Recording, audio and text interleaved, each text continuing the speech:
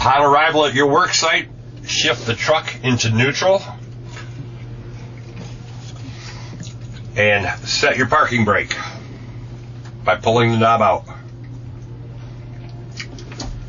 From there, turn on strobe lights, which is this switch here, and that turns on your strobe lights. Okay. Next, turn on control power, video, and your left PTO switch. You have two PTO switches. You have a left and a right. Right, this time we only want the left one on. When it turns on, this yellow light will illuminate. Okay. Keep in mind, when engaging or disengaging either of these two PTOs, that the truck has to be in neutral and the engine at an idle. You also have to have control power on. Without those three, those PTOs will not engage. So again, they must have a neutral signal from the truck, control power, and engine at an idle. Once you have your left PTO started, you're going to exit the cab and you're going to remove the travel straps from the SPINJET robotic arm assembly.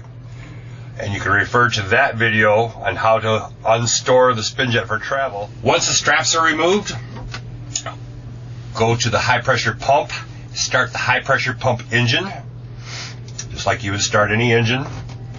Let it idle, come back into the cab.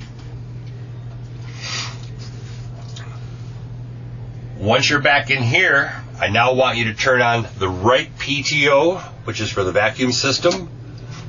You'll get another yellow light that will illuminate once it's engaged. And then you're going to turn the vacuum on, which is labeled vacuum on right next to the video switch. Okay. At this point, you're going to go to your video screen. Okay, after engaging the right PTO and turning the vacuum on, you want to reset your water tank level gauge by pressing the reset button on the operator interface touchscreen. Can you see that little button right there? I believe it's blue in color. You push and hold it, and that gauge will reset to 100%, and it'll stay green. It'll be green in color. As you use water, when your water tank level drops to 50%, the green color will turn to yellow. When you get to 20%, it'll turn red. Anytime you refill that tank and top it off, you want to reset that level so you got a good idea of what's going on, how much water you got left. So after resetting your water level tank gauge, next thing you need to do is turn on the truck cruise control. It's the rocker switch on the far left, center console. You turn it on. Then you're going to push the resume side of the set Excel resume switch. Just push it once. The truck engine speed will increase automatically to a preset speed of 1500 RPM. Using the joystick, manipulate the SPINJET into your cutting position, wherever you want it in front of you, if you're doing side by side for rubber or inline for line removal. But you can now use this, because you've already unstored it. Get it where you want it, where it's your desired position. Make sure you leave it about a foot off the ground. Okay, don't set it on the ground yet. Once your SPINJET is in position, your desired operating position, your next step is to engage the high pressure pump, middle rocker switch in the middle console. You're going to engage that pump. Remember to push and hold that switch for a couple of seconds to allow the pump to get fully engaged. Once it's engaged, press your fault reset to clear the low water pressure fault. Just push it once, either direction, doesn't matter. Once that's accomplished, then you can turn on high pressure water using the high pressure water on push button on your handheld remote pendant. Push it once, that'll turn your water on. Once the water's on, then you're going to go to your operator interface screen. Using the pump speed increase push button, you're going to raise the pump engine RPM to set system pressure. You can push the button once at a time for 25 RPM increments, or you can push and hold and it will just keep going up. Bear in mind, you're not really watching pump RPM to set pressure. You're going to be looking out your driver's door in your side mirror, looking at your pressure gauge. Remember, you're setting pressure with engine RPM. So with one finger on the button to increase speed, just look out your window and watch your gauge.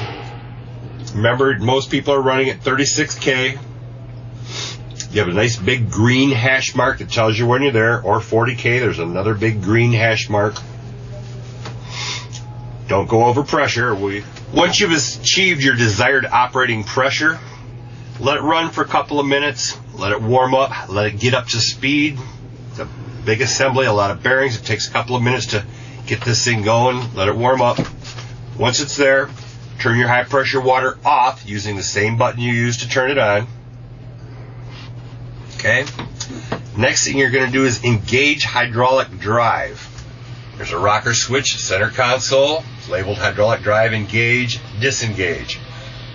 Just push the button once to engage it.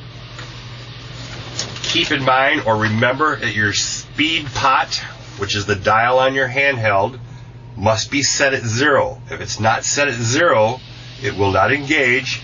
You'll get a message on your operator interface screen saying reduce speed to 0 before engaging. So again, make sure you're at 0, engage hydraulic drive. Once hydraulic drive is engaged, release your air brake by pushing it in. Okay. Once the air brake is released, dial up a small amount of speed, just enough to get the truck inching forward. It doesn't need to be fast. You're just going to turn it up to maybe 10%. You'll feel the truck start to move. Back it down to 0, and you should get a light that says hydraulic drive engage. It's a red light.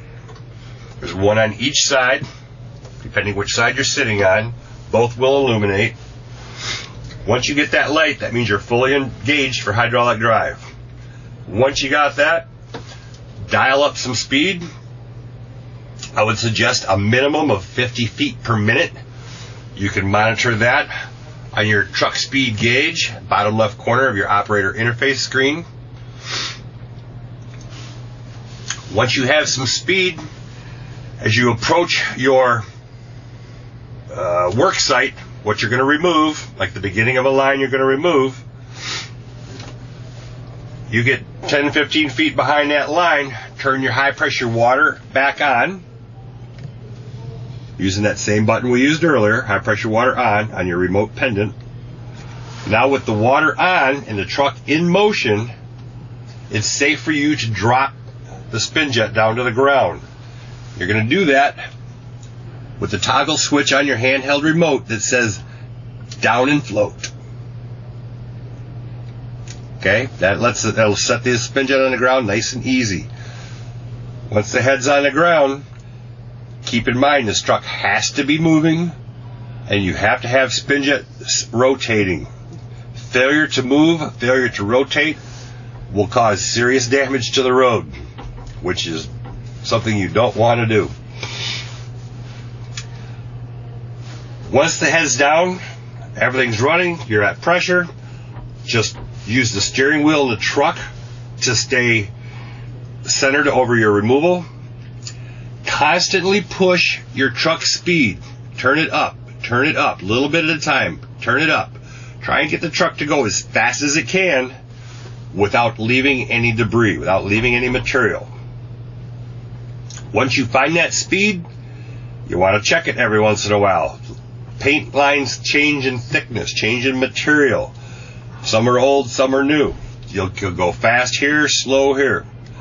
This is what you're going to drive the truck with. This is how you maintain your speed Uphill and downhill, it'll know what to do. All you got to do is tell it. Shutdown procedure. When you get to the end of a cut, you're finished. The first thing you do is turn the high pressure water off. The push button on your handheld pendant. Click it once, water pressure off. Second step, raise the spin jet. The same button toggle switch that was used for down and float, push it up for raise. That will raise the jib section, raise the spin jet off the ground. So after getting the spin jet off the ground, dial your truck speed to 0, go counterclockwise as far as it will go. The truck will come to a stop. Once the truck is stopped, you're going to disengage the high pressure pump. This one you got to push and hold for about a second. Push it, hold it, count to 1, let go. That disengages the pump. Next thing you're going to do is tap the brake pedal with your foot. Tapping the brake pedal reduces the truck engine speed back down to an idle. Once you're at an idle, turn the vacuum off. Rocker switch over here. Vacuum off. Disengage hydraulic drive. Push them down. That unlocks the drive. Reach up to your center console. Turn both PTOs off. Set your parking brake. Exit the cab. Shut down the high pressure pump engine. If it's been running a while, let it idle and cool down. Shut it down later. Okay.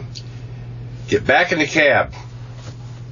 Before driving this truck normal with a truck transmission, make sure this red light is out, that it's not illuminated. If it is illuminated, you need to make the light go out. Even though you turned off hydraulic drive, it's a large gearbox. There can be weight against the gears. It can be bound up. It's normal. That's why we have a light on it. The way you get it to go out is to just shift the truck into reverse and or drive.